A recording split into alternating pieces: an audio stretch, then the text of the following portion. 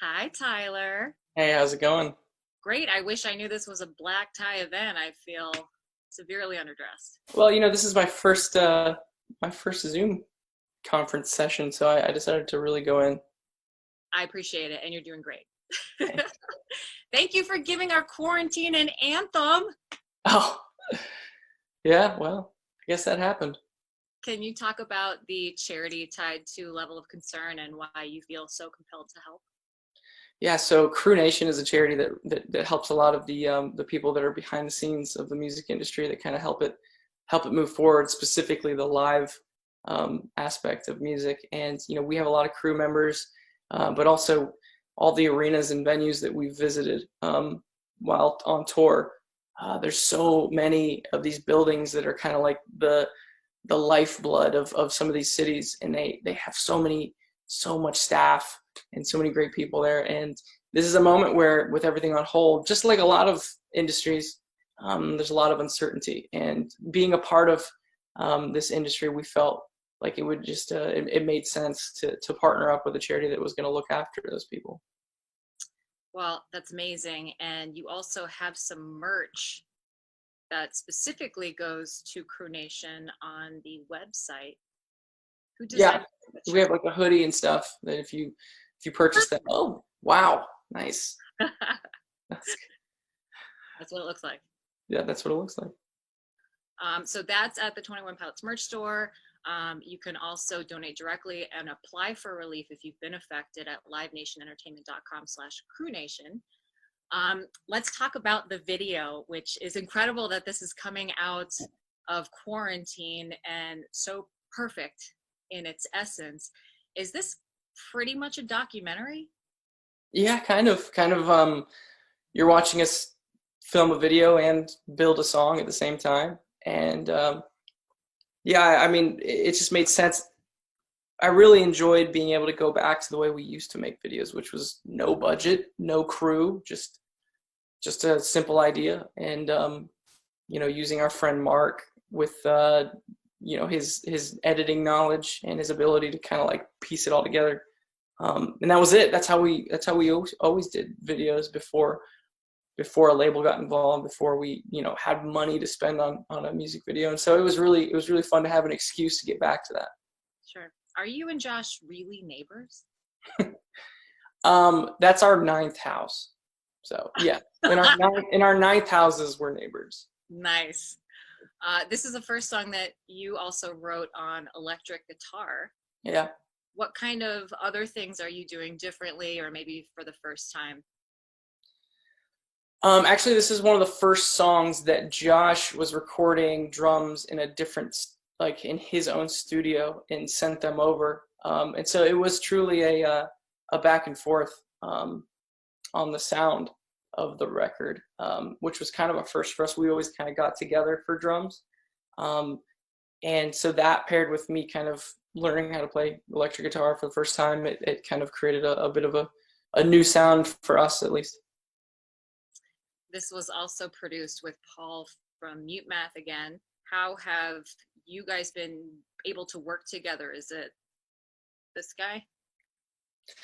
Yeah, I mean, so Paul was in a band called Mute, which Josh and I, it was one of our favorite bands, and we were lucky enough to tour with them as well, and just struck up a natural relationship with them. And specifically Paul, for me, I just admired his DIY attitude all through their career. They recorded all their own records, and he's helped me in a lot of ways with just some of the programming, specifically with drums. There's a science to capturing live drums. There's a science to capturing the energy that Josh would put out on a live kit. And there's so many mics and so many takes and so much editing. And so specifically in that realm, Paul has really stepped in and kind of like taught me some of the things that he's learned really through trial and error for him, because he just taught himself as well. So.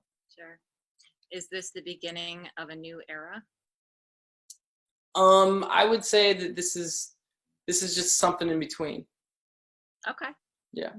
A lot of people want to know what's happening to Clancy and Yeah. No, I think that just it just felt right to release a song now, especially with the content and what the lyrics were saying. And yeah, we tried to not overcommit to something brand new as far as you know, the aesthetics of it all, because we wanted to kind of wait for what we have in store. So Sure. Well, speaking of brand new, somebody's a brand new daddy.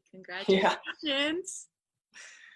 it's fun, man. It's exciting. It's like I don't know. It's scary because I've been so motivated by, you know, bettering myself and outdoing myself, and whether it's chasing, you know, validation or success, or just working hard at something and feeling like you're getting better at something, all these things that motivate a person, all of a sudden this brand new blob of skin enters your life, and you realize that this trumps all of it, all the way to the point where if that blob of skin asked you to quit everything you're doing, you would, which is scary. And so my daughter is such a fun but exciting, new, scary motivation for why I do what I do, and it's just fun to wake up every day. So Love that. Babies are the best. mm-hmm. Are you telling any dad jokes yet? I've been holding off, but I've been collecting them, waiting for, you know, when I get back out into the world to unleash their beauty. Do you have as many sleeping photos of Ro as you do of Josh yet? It's getting close. It's a lot of years of touring, traveling in a van, you know, sharing hotel rooms with guys, like, you know. So I think it was a running joke for a while. Josh and I would try to, like, just capture each other sleeping, which is silly, I guess, but to send that in like a group thread with your guys that you're traveling with, it's I don't know, turned into like a gotcha moment. And so I do have a lot of sleeping photos of Josh, but it's getting close there, because I do enjoy staring at my daughter when she's sleeping. Maybe a coffee table book one day. Yeah, that'd be great. You know, you have the most amazing fans, and I thought we could do some quick hits. Mm-hmm. Fielded a bunch of questions, so feel free to pass, and we'll just run down and get kind of your first initial reaction. Okay. Okay. All right. Your favorite Pokemon. Clefairy. Thoughts about doing a live concert from home. Seems tired. Okay. Well, you seem tired. Yeah. Well. All right. One thing you've learned about yourself during quarantine.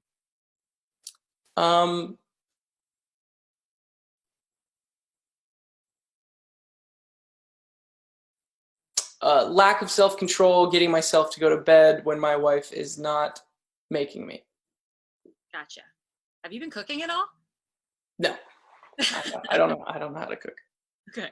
Thoughts on Animal Crossing? I've not played it, and I feel like I'm missing out, because it seems like it would be right up my alley. Your favorite thing about watching Jenna be a mom? She somehow doesn't get tired.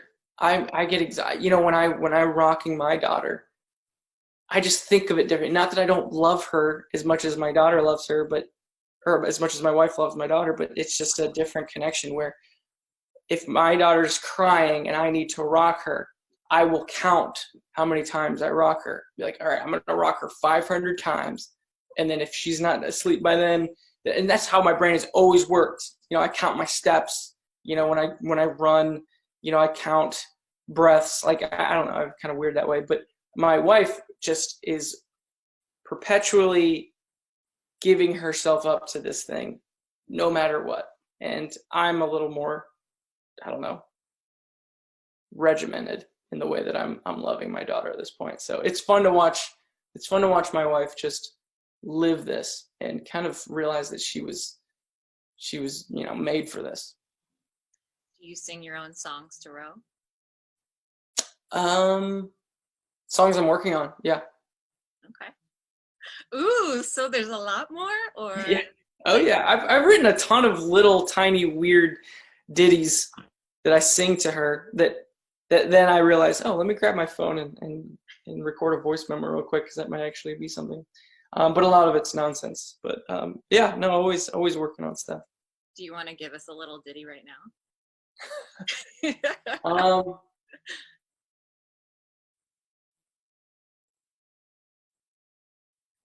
There was a song that it says a nursery rhyme, but I changed the lyrics. There was a time where she was staying up all hours of the night, and I tried to give my wife a break, and so my daughter and I would watch Lord of the Rings together, and so I replaced the lyrics to a well-known song. It would say, Rosie baby, she's my girl MacGyver. Out of all the people, she's in my top fiver. Right behind Gimli, Legolas, and Strider. Rosie baby, your mommy's number one. Oh, that's amazing. Yeah, and she just would stare at me like, you're an idiot. That's just a baby thing. Don't take it personally.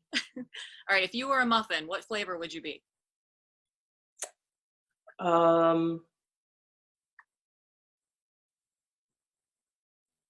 Is there like a burrito flavored muffin? There it definitely is now. Okay. Favorite Mario Kart character? Yoshi is my favorite character, but in Nintendo 64, Bowser is by far the best character because of his weight and his top speed and his inability to spin out. Wow. What is your spirit animal? I guess when I was a little kid, I would say cheetah. It was always tied between that and spider monkey. Who is Michael and Julia? I guess when I was writing that song, I loved the idea of just name dropping two random people because I feel like everyone has a Michael and a Julie in their life that are either thinking they're experts on what's going on in the world or experts on your personal relationships. And I personally have a friend named Michael, and but I don't think I was thinking of him particularly as much as I was just picking two names that I felt applied to what most people would think as, I don't know, annoying people. Sure. Well, hopefully Michael and Julia are having a great quarantine. Yeah. What is the perfect ratio of mac and cheese to ketchup? You know, the better the mac and cheese, the less ketchup you need. It's the truth. So if you make me mac and cheese and I ask for ketchup, that's a strike one. I shouldn't need the mac and cheese, but I shouldn't need the ketchup. But if it's that home style crap, like I'm gonna put ketchup on it. Okay. What was your favorite subject in school?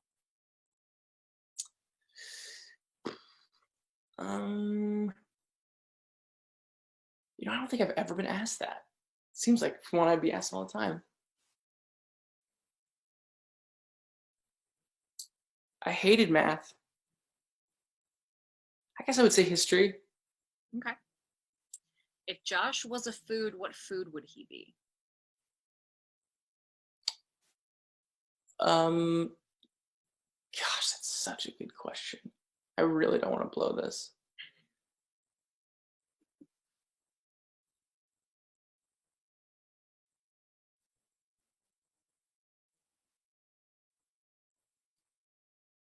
He would be a kiwi, but kiwis have a little fuzz on them, and this guy is just hairless everywhere. So I'm a shaved kiwi. Oh my God. Hashtag shaved kiwi. All right, just a couple more. What was harder, naming Ro or Ned? Ooh, Ned was way easier. I think when you're naming your kid, the way that I've explained it to people is there's so much pressure leading up to it, where before she's born, you're wondering, is this the right name? Is she gonna get made fun of for some reason? Does this, there's just a lot of pressure in naming someone. But then when she was born, it was like, oh, yeah, no, that's her name. It's perfect. It connects perfectly. And that's why whenever you ask your parents or someone older about, hey, how did you name your kids? Like, don't you feel like there was a pressure there? They always meet that question with oh no, it was easy, because they remember what it was like to just see that name connect with that person, and it makes sense. They kind of forget there is a natural, worry that the name isn't going to work, but that's all resolved once you see the kid. What's your BTS bias? TS buys. The I Josh and I, well, our first place that we ever played music other than our own country was in Asia, and we went to Japan and Korea and even to China, and we'll always have an affinity towards the culture. And that was before kind of this whole thing started happening, and to watch it happen, I don't know, it's just exciting for us to watch. So a pass then. Yeah. Gotcha. All right. I know you got to go. Thank you so much for taking some time with us. If you'd like to lead us out with any direct messages to the clique, I'd like to give you that opportunity. I mean, obviously stay safe. And I don't know, I guess I would say that everyone's going through a different version of this. I think it's easy for us to all apply our experience through all of this and think that everyone's going through the same thing. Some people have a yard and some people don't, and that can be a difference. When you're trapped in a single room, the anxiety starts to pile up, and so just be considerate when we all start making decisions on how best to get back out there, because everyone is going through something different. And the slower we move and the more understanding we are about everyone's differences, the better chance we'll have coming out of this, not having lost any of ourselves. That's amazing. Thank you so much. Also, stream the hell out of Level of Concern, because that's like a nice little warm blanket. Quarantine to cover up with. We can't wait to hear the new stuff. Love to you and the whole family, and we'll hopefully see you soon. Thank you so much for having me. I'll see you.